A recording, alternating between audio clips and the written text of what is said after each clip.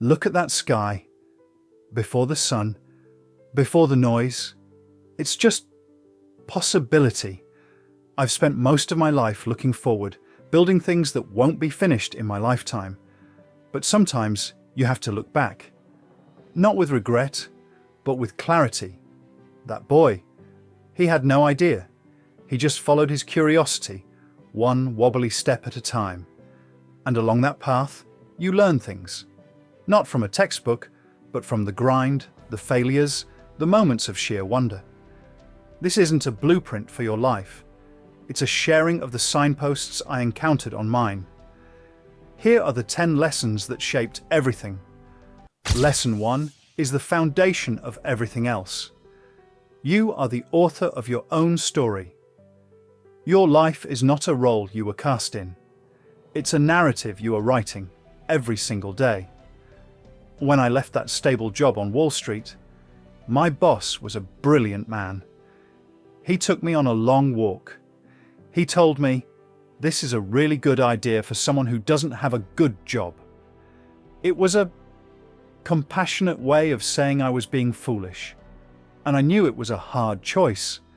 I called it the regret minimization framework. I projected myself to age 80 and thought, will I regret not trying this? Will I regret not participating in this thing called the internet? And the answer was crystal clear. Don't let your pros and cons list be written by someone else's fears. That is the first and most important act of authorship. You write your story. We are born with it. That insatiable need to know why, to know how, and somewhere along the line, for many, that gets educated out of them. It becomes inefficient, messy. I've built my life and my companies not on knowing the answers, but on cherishing the questions. Your curiosity is your internal compass. It points you toward your true north.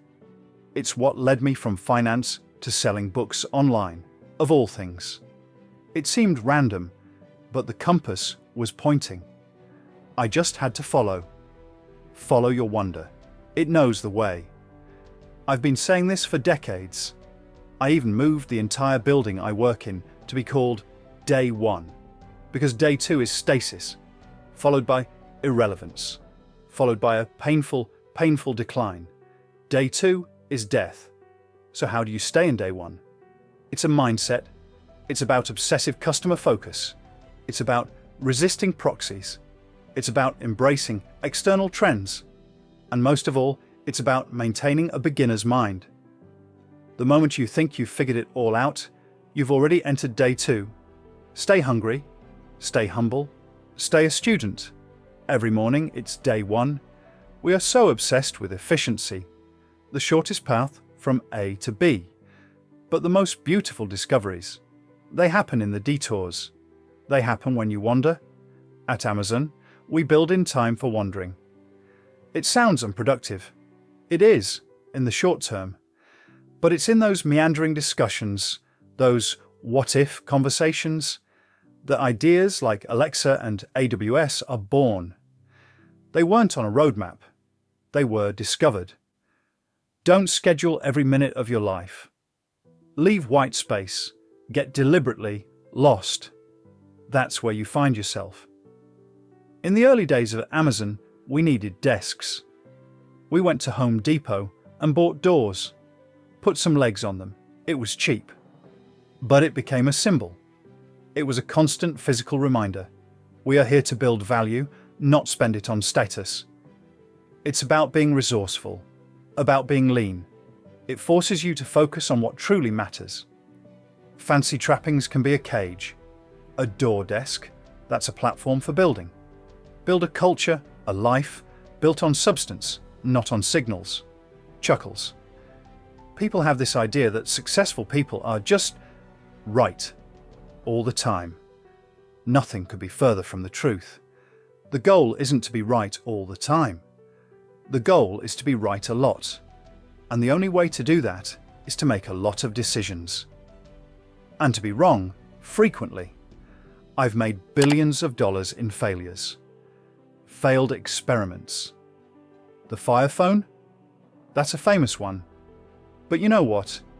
If you double the number of experiments you do per year, you're going to double your inventiveness. You have to be willing to be misunderstood for long periods of time. You have to have a thick skin. Failure and invention are inseparable twins. You can't have one without the other.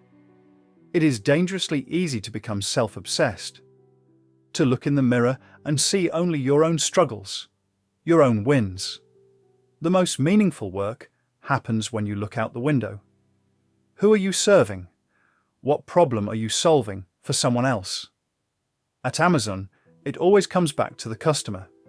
In your life, it might be your family, your community, your art, your cause. Ego is a poor guide. Service is a reliable one. Ask yourself not, what do I get? But what can I build for others? The rest will follow. We live in a world obsessed with the quarterly result, the quick flip, the instant gratification. But all the truly beautiful things in life are compounding. They take time. Amazon Web Services wasn't built in a quarter. It was built over a decade of focused, relentless work. And it was built with people I trusted, people who shared that long-term vision. Surround yourself with people you admire. Build relationships not on what you can get from them today, but on what you can build together over decades. Long-term alignment creates unbreakable trust.